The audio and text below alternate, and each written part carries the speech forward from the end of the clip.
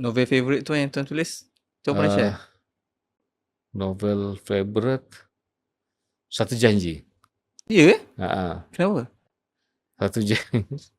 Satu Janji itu dia cerita macam mana nak mengurat bini dia lah. Uh, Okey. tapi dalam cerita cinta tu dia ada juga dia punya thriller apa semua, macam mana apa ni suami isteri itu di Kundasang Sabah,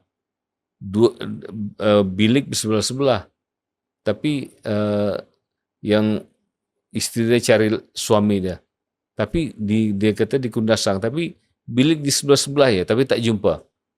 Akhirnya berjumpa juga. Entahlah, mungkin waktu itu era zaman novel-novel cinta begitu kuat sekali. Jadi itu yang cuba saya lakukan.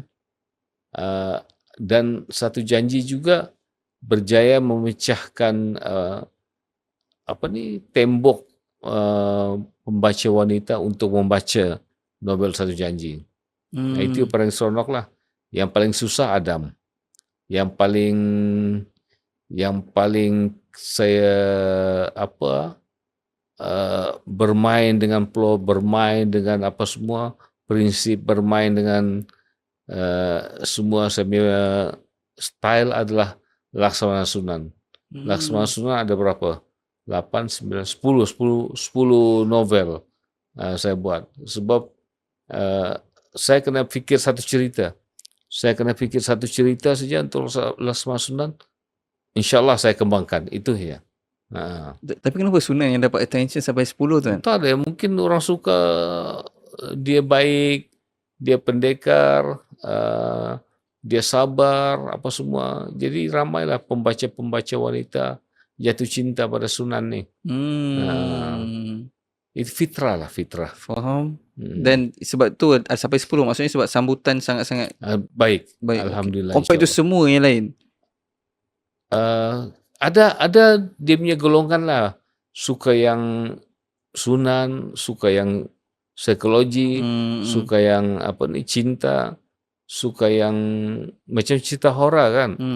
Dia cerita novel cinta tau. Dia satu orang Australia, satu orang Melayu, dia masak nasi lemak, tapi dia cuba intip polis Australia ni yang kena tahan di hospital. Rupanya ending dia, polis tu isteri dia. Isteri kepada hero ni. Tapi hilang ingatan.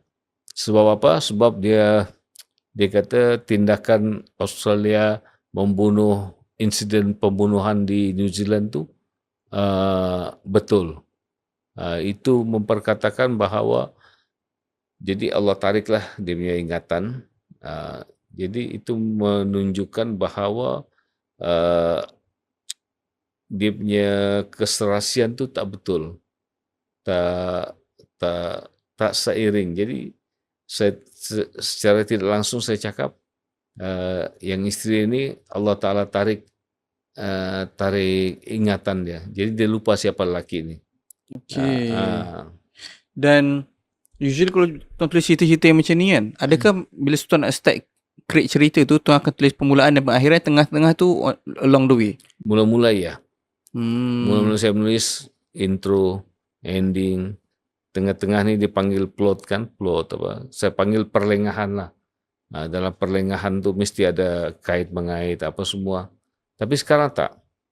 Saya fikir benda tu bila fikir pun dia panggil peram tau, peram dalam otak tau. Peram 2-3 bulan, InsyaAllah akan datang idea tu. Ending saya selalu berubah sekarang, selalu. Patutnya ending A, tapi tiba-tiba saya tukar pergi C. Sekarang ni pun saya tulis Water Lily ada 4 option ending. Saya tak tahu mana nak pilih. Saya kata ini. Akhirnya saya pilih ending yang orang tak suka. Orang tak suka sebab adalah sebabnya itu.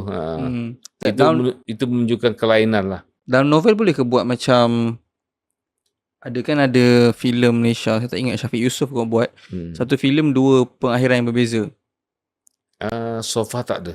Tak ada orang buat.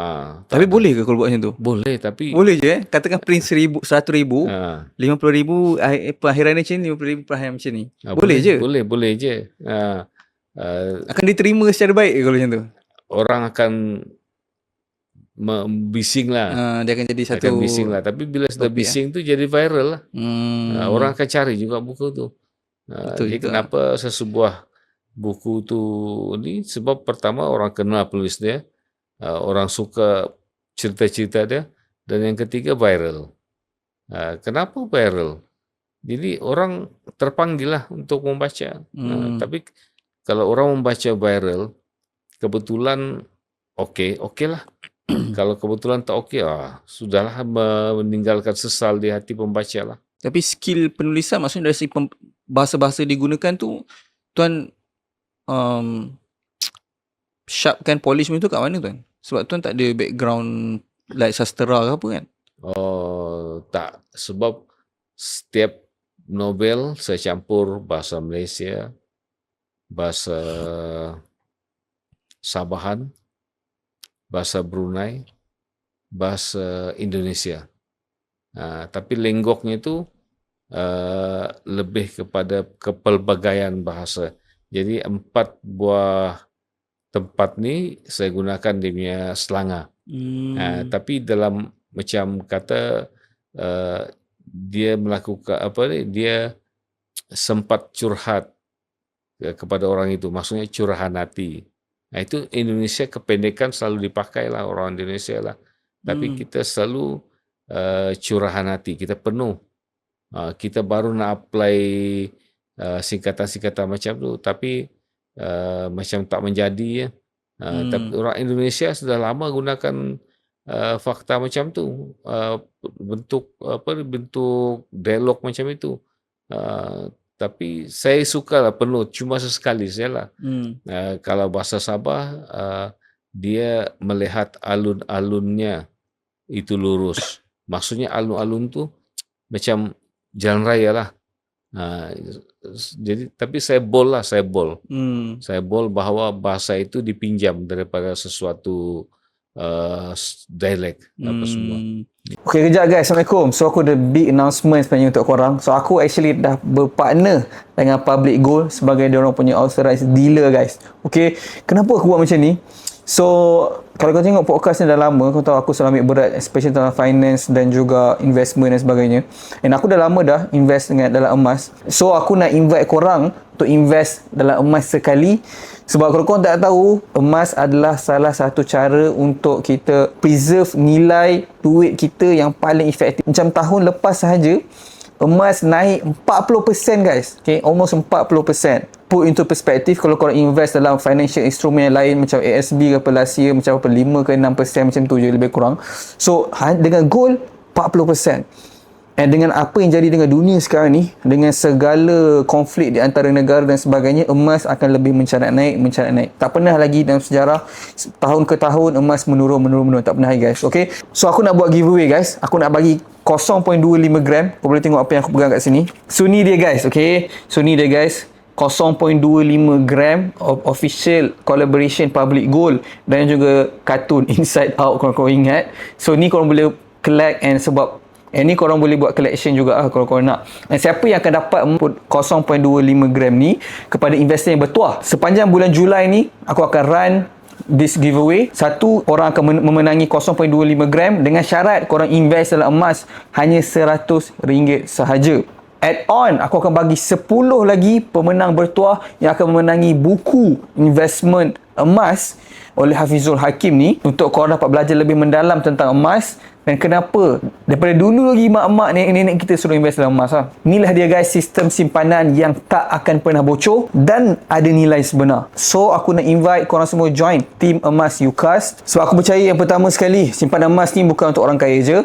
Yang kedua, semua orang layak untuk menyimpan emas. Dan finally, aku percaya ilmu kewangan ni bukan untuk disimpan, tapi untuk kita kongsi sekali sama-sama. So kenapa korang kena join selain berpeluang untuk menangi emas percuma ni? Sebab bila korang join team ni, tekan link kat bawah, korang tak akan dibiarkan seorang-seorang. Korang akan dibimbing, ditunjuk ajar step by step. Mudah je guys, tekan link Telegram di bawah, join sekarang. Korang boleh terus start buat investment bersama Public Gold serendah RM100 sahaja. Dan sebagai penghargaan untuk bulan Julai ni, 10 orang macam aku cakap dia akan menang buku bestseller Traveller Emas, dan satu orang yang bertuah akan menangi 0.25 gram emas. So bayangkan guys, korang beli emas RM100, korang ada berpeluang untuk tambah 0.25 gram lagi. So guys, jangan tunggu lagi, start sekarang. Tahun lepas ni 40% naik, tahun ni kita tak tahu lagi total akan berapa. So klik link kat bawah, jumpa kat dalam, mulakan perjalanan emas korang hari ni.